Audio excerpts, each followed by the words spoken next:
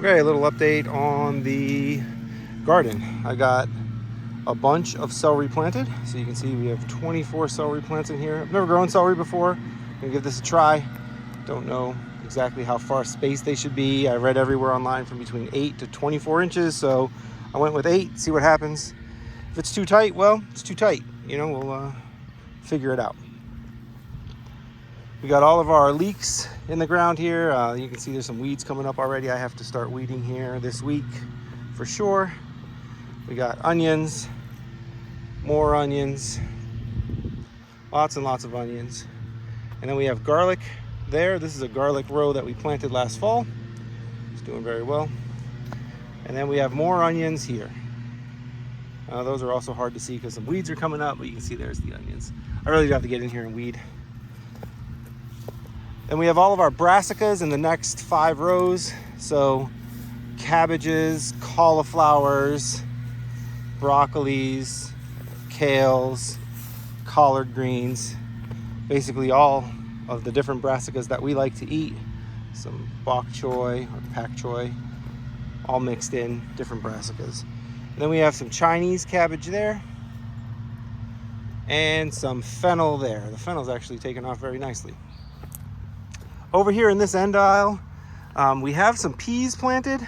The peas have been in the ground for a little over a week, maybe a week and a half. I don't know why they're not sprouting up. I'm wondering if we just had a bad packet of peas. So if we don't get anything to sprout here, I'll replace it with, radishes and beets or something that grows a little shorter. Okay, and this is the very middle week of May. I would never almost never plant my warm season plants this early, but looking at the 10-day forecast, we don't have a single day where it's supposed to be even as low as 45. The 10-day forecast has been extremely reliable so far this year, so I'm going out on a limb and planting some of our warm season crops. Here we're gonna have potatoes, peppers, but I have planted some of our tomatoes. So these are all the different tomatoes that we grew. There's 20 something different plants. You can see I just planted them. Some of them are falling over. That's fine. That's just from me watering them. They'll perk right back up after they've been in here for a little bit. Just put them in the ground a few minutes ago. We're growing a few less tomatoes this year than we did last year. Last year we had just entirely too many. We couldn't eat them all. We made a lot of sauce, but we realized that to make sauce, it's a lot of tomatoes for not a lot of sauce. So we weren't really thrilled with that. We like salsa much better.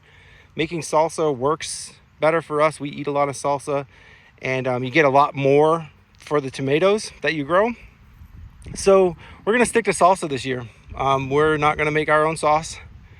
So I didn't grow any Roma tomatoes. Grew all just different varieties of hybrid and some that we've been growing ourselves. These last 4 are the striped cherry tomatoes that we've grown for many years. We just keep taking seeds from those and regrowing them. We like them. They're stable, so we'll grow a couple of those every year no matter what. There's 4 of those. The rest of them are all hybrid tomatoes that we're trying, different types. I don't remember all the names, but I can put them in the description below. One of them is like a yellowish, like a lemon tomato. So I think these first 4 were those. Give those a try. Other thing that we're trying that's new this year is we've got some tomatillos. These are a purple tomatillo from Baker Creek Seed. I can put a link of those in the description as well. They look nice. We would like to make some salsa verde with those. Give them a try. And then finally, we have some ground cherries. And ground cherries are similar to tomatillos, except that they're sweeter. We didn't grow any last year. We've got some from some friends and just absolutely love them. They're delicious to just eat fresh.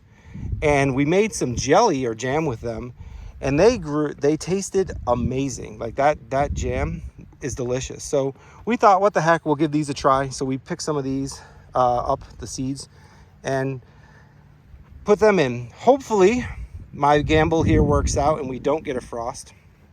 If we do, I can always come out and put some plastic over them or something, but you know, if the forecast holds up, we shouldn't have a problem. But we got a lot of this planted so far. Like I said, down at the end of that aisle is going to be peppers, and then more peppers, and then this is going to be potatoes. We have a good amount of potatoes to get in the ground. Normally I would plant the potatoes a little earlier, but I wanted them in this bed, and this bed I just turned you know, a couple days ago. So prepping this bed from corn and squash last year was a bit of work. When we put the corn and squash in here last year, it was basically just compost thrown on top of cardboard. It was a very raw bed, just beginning to get it set up, right? So now we had to put some rows into it and just get it all set up to actually handle some plants. Whereas this bed last year, I don't know if you watched any of our videos last year, but if you did, you'll know that we had some rows going this way and some rows going that way last year. This year we put them all going this way, so they're shorter rows, but it allows us to have things a little more easily delineated. Really, the reason I did this was because last fall this row was potatoes, I believe, and when we took the potatoes out, it was already in this orientation, and I had it cleaned out so I could put my garlic in. And so the garlic went in before the winter last year, so in the fall. And because that one was here, I just built everything else around it. Got all of my onions and garlic and leeks here together. Here's going to be carrots and beets. I haven't put those in yet. Those are going to go in this week. I know most of the time people get those in earlier too, but I don't mind waiting a little bit on those. And then, like I said, the celery is here. So everything's coming along nicely. All coming up well. All the seedlings that we started growing inside have been doing great and are ready to go out. Another thing that we've got going on here is you'll notice I didn't talk about squash and corn anywhere. Well, today with the tractor, I pulled out this old berry hedge. So the previous owners had some blackberries in here, but they were not doing well. They didn't grow well. They were basically just a bunch of thorny branches that were never producing. So we just took them out. I plowed it over, got a bunch of manure from our neighbor. I don't know if you can make that out down there. Maybe. Basically the same neighbor that has his cattle on our land has some compost going over there, and he sells the compost in the spring. And the deal was that he could place the compost on the edge of our property over there. So that is on our property. But if he put it there, I could take as much as I wanted for the garden. So that works out really well. I get a bunch of free compost and I don't have to do anything with it or for it. This is not fully composted yet. It's still manure. It's not stinky like manure, so it has composted down. I think it's 2 years old, a year and a half old, something like that. But there's still a lot of straw. I don't know if you can make that out, but there's like straw and hay in there. And it's definitely thick and just not super composted yet. But that's okay. Corn and squash will not care about that. What we're gonna do is just let this dry out a little bit because it's kind of wet, and I'll spread it out a little better. Once it's spread out a little better, we'll probably put a top dressing of some soil on there, just a little bit to hold it down. And then we'll plant right into it. The corn and the squash will be fine. People have been planting in manure for millennia, right? So we'll just continue to do that. I wouldn't do stuff like lettuce or any root vegetables or anything that I'm going to eat right out of the ground here, because of course this is not composted down enough, and you could get sick if you got some of this in your food and then ate it without cooking it, right? I'm sure that there's bacteria and stuff in here that could get you sick. But corn, being nice and tall, will be fine. And the squash will of course all grow out. We'll grow the squash out into the field there, so the squash will be perfectly fine out there. I think that'll work great. We have a bunch of rhubarb that's pretty close to being ready to start picking. See, our rhubarb plants here are doing really, really well. If we can get inside there, you can see these are still kind of green, but if we look over here, there's some red ones. Yeah, see inside there, and start seeing streaks of red. When they're red, they're ready to be picked. So we'll do that. I gotta cut off some of these flowers. We have flowers here. I've been cutting off the flowers and just chopping them and throwing them off to the side. Blueberries are all coming in very, very nicely. You can see the buds there, all the little blossoms. The blueberries did amazing last year. We had a ton of blueberries. We do still need to clean these blueberry plants up a little bit. There needs to be some trimming of some dead branches. But we just didn't get a chance to do it this spring. We'll get to it. And you can tell there's different varieties of blueberries. If you notice, these guys have all white flowers. And And then these ones have a more pinkish flower. We did notice that they produced fruit at a little bit of a different time, so which was kind of nice because you know, three of the plants produced at one time, and then 2 of the plants produced at another time.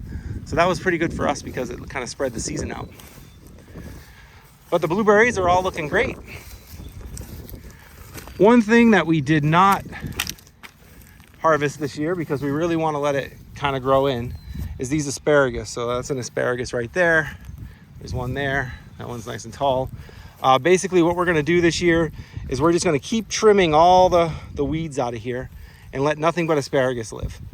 Once we get the asparagus established, we're going to plant some more asparagus in here, and we're going to fill this all in to make it a nice big asparagus bed so that next year and the following years we have a lot of asparagus that we can eat. But you can see, if you look right there, that's a pretty normal looking asparagus, right? These guys have been out for a bit, so they're all getting taller, but that's okay. We want the plants to get nice and strong and healthy. Finally, we planted some more blueberries. I don't know if you can make that out there, probably not, but there's 3 blueberry plants that I planted in here. We're gonna let those all grow in, bookend both ends with blueberries. So it's all coming together nicely here. One thing that is kind of exciting for us is we got a new tractor. Walk up there and show it to you. Okay, so here's our new tractor. So our old tractor worked well. It did a great job for us, but it was kind of small, and we have a lot of logs. If you make those out over there, those are for sap boiling next year, but we also have some hardwood logs back between there. Plus, we'll be cutting down trees to split wood, which is, you know, what's right here under this tarp. It's been drying over the winter. We split our own wood. We're going to try and split as much of our own wood as possible. And in order to do that, we need to pick up logs. The old tractor was much too small.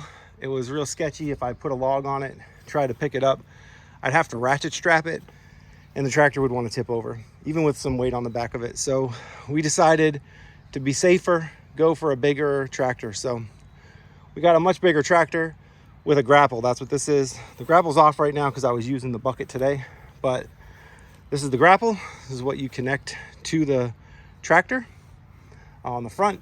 So right now the bucket's on there. You can see the bucket's right here. The old tractor was 4-foot wide bucket and 4-foot wide implements. Everything here is 6-foot wide, so you do everything a lot faster. We also have a nice cab on the front, on the tractor, sorry, on the tractor itself. The cab has air conditioning and heating, has a radio in there, real nice. Allows me to be comfortable, and it'll also allow us to plow in the winter without being super hot, or sorry, super cold. Also, it doesn't allow us to get super hot in the summer. Like today, I was using it to move all of that compost around, or that, you know, manure around, and nice and cool. It's 75 degrees outside with the sun beating down on us, but I had the air conditioner on and it was very nice. This tractor is a 47 horsepower Kioti tractor, NS4710. I can do a video about the tractor at some point once I've got a few hours into it. I've only got 4 hours or 3.5 hours into it right now, so I don't really feel that I'm at the point where I can give a good review. But let me say, so far I do love it. The third function, which is what we use to connect the grapple, it's going to be super nice to have. Beside the grapple, we can also buy a plow, and we can hook the plow onto the front, and it's a lot better than our old plow. So our old plow is over here. This plow, in order to move it on the old tractor, you have to manually adjust the angle, right? Which, you know, it is what it is. We didn't have a hydraulic kit on the old tractor because the old tractor was smaller, and it's real small. You know, it's only a 4-foot attachment, whereas the new one will be 6 foot across when we buy one, and it'll have hydraulics, so we'll be able to turn the angle of the plow, right? Not to mention that this tractor weighs a lot more than our old tractor. I think it's double the weight. The old tractor would get stuck if we plowed in any deep snow, and we do have a long driveway. I don't know if you can tell, like, it goes way up there all the way up to the house, right? The driveway is very, very long, and it goes way down the hill down there. So in order to plow that, if the snow is deep, the tractor would constantly get stuck, which is super annoying. You know, it's just not what you want to deal with. And the old tractor didn't have a cab, so like I said, I'd be sitting out in the elements, having to jump off the tractor and dig snow out to get it to move again because it would get stuck. We're gonna get some big chains, get them on the back of those wheels. With the weight of the tractor, some chains, we should be good in all but the deepest of snow. So that's that. One other new thing that we got is our lawnmower broke. So it's been the spring of spending money. We bought a 0-turn mower here. This is a Cub Cadet Ultima ZT1. I don't know. I really like it. I've mowed the lawn 3 times now. And this thing is fast. It's comfortable. It does a great job. And it just works really, really well. The 0-turn mower, it does take a little while to get used to. You'll notice that there's no steering wheel, right? You use these levers on either side to move. That took a little bit of getting used to. But the dual deck, the dual cutters, and just being so much wider than our old riding lawnmower that died is just so much better. So if you're in the market for a new lawnmower, I would say definitely look into the 0-turns, especially if you have a lot of space to mow. We have a lot of lawn that we have to mow. I don't love lawn. I actually hate lawn, but with the septic mound here and then the front yard and the space between them, you have to keep that mowed. You can't plant trees and stuff on top of your septic mound, or the roots will get in there and destroy the mound system, which you don't want because it'll cost you tens of thousands of dollars to replace it. So we have to keep that all mowed. And then all of this space in between, I suppose we could do something else with, but the previous owners didn't, and we haven't yet. And then, just around the house, you want to have some grass or something. So there's a lot of mowing. And then behind the house, we have mowing. And then down in the orchard down there, we have mowing. And then all around the gardens, I have mowing. So unfortunately, we have a lot of mowing to do here, several acres worth. And mowing it by hand is not an option, right? Just not an option.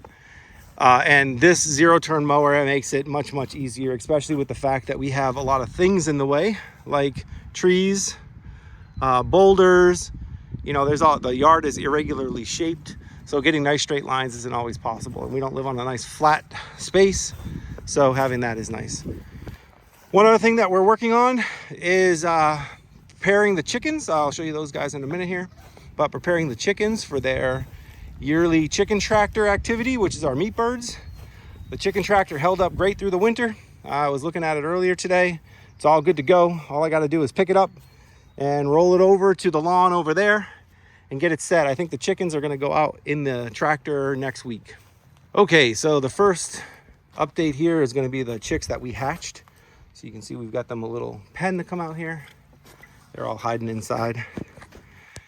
But let's see if we can't open this up. This was our original chicken coop that we built when we lived in our rental property, the one that we bought to become a rental property. You can see these guys are in there.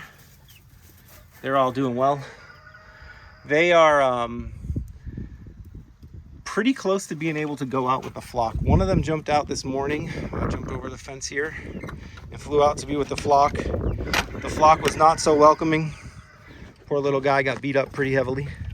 So I think another week or so before we truly integrate them. But they're getting close. They're getting very close to being ready. You can see the ladies here, some of them. How you doing, girl? The laying hens are still doing great. You can hear the rooster in the background making a bunch of ruckus. All right, let me take you over to the pigs, give you an update on those guys. One of our roosters, I thought he was looking kind of handsome up on that log.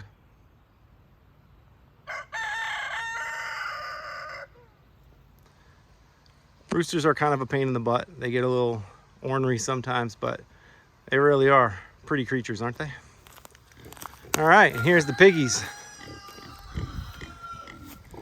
So we still have 2 piggies. Hi, guys. I think they're getting hungry for dinner. It's almost dinner time.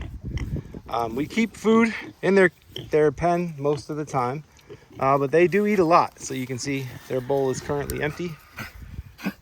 What you got going on there, bud? Something in your nose? But yeah, they're doing great. They're out here having a good time. We have been feeding them an awful lot of slop from the kitchen. They are good garbage disposals. Pretty much any kind of leftover food that we have, we give to them and they eat it. We found out that they don't necessarily love asparagus, the base of asparagus. There's some in the ground there. Probably can't make it out. Maybe you can see it. They don't like that very much, but pretty much everything else we give them, they love. They really, really like eggs. Turns out even the egg shells, they just constantly want to eat. So yeah, these guys have been doing well. We're happy with their progress so far. They're growing well. They're not giving us too much trouble. They sleep a lot. When they sleep, they still sleep in their pen over here. They bury themselves in the straw. I've only had to put straw in a couple times though. They don't really make too much of a mess with the straw. So I'm gonna feed them here in a few minutes, but figured I'd show you an update on them. They're doing really well. Growing ham and bacon for us. All right, let me go over to the chicks. All right, final update. Final update is the chicks. These are our future egg layers and our meat birds for this year. See, I have to clean their water because chicks are nasty. But here they are. They're all doing really, really well. Everybody's happy and healthy, growing strong. You can see these meat birds are just towering over the egg layers. The meat birds are the white ones. They are so much bigger than the egg layers. Those meat birds just grow at an amazing pace. I mean, it really is astounding how quickly they grow. So we're gonna be moving these guys out to the chicken tractor very soon. You can see they're all starting to get their feathers. So once they're feathered out, it's safe to put them outside. We'll be doing that within the next week or so. So that's pretty much the update. We hatched 2 goslings from the geese before we sold off the geese. And already sold the goslings too. Goslings sell quickly, so that was nice. Diane got to cuddle with goslings for a week and a half, play with the baby geese, and then you know, we got rid of them. I'm not a big goose person. Turns out that their eggs taste just like chicken eggs. They're just bigger, but you get less of them, and the geese are very ornery. So yeah, we parted ways with the geese. We sold them to somebody and then had the eggs, so we hatched them. And yeah, that's kind of funny. The chickens jumping on each other. But I got to give these guys some fresh water, close up the coop here for the evening. And I think I'm gonna go inside and take a shower because I've been working outside all day. All right, well, that's the update for the spring here. I hope you've enjoyed it. If you want to follow along during the summer as our chickens grow up, our pigs grow out, the gardens grow, you know, subscribe to the channel, click like, share the video if you think other people might be interested in it. We'd love to have your subscription to the channel. Click the little subscribe button. If you click the bell, you'll get notified anytime new videos come out. All right, well, thanks for watching, everybody. Hope your day is as nice as mine's been. Enjoy.